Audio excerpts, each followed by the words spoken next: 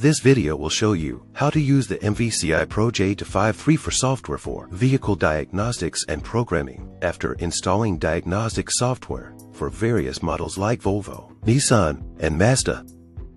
1. Download the MVCI Pro J2534 software.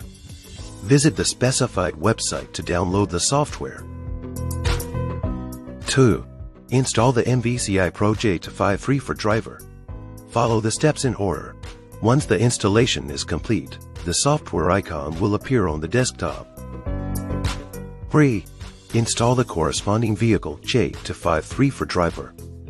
Click on MVCI Pro J2534 to connect the device and check authorization information.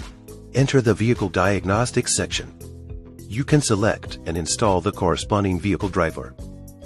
Take Toyota for example. Click on Toyota to install the driver.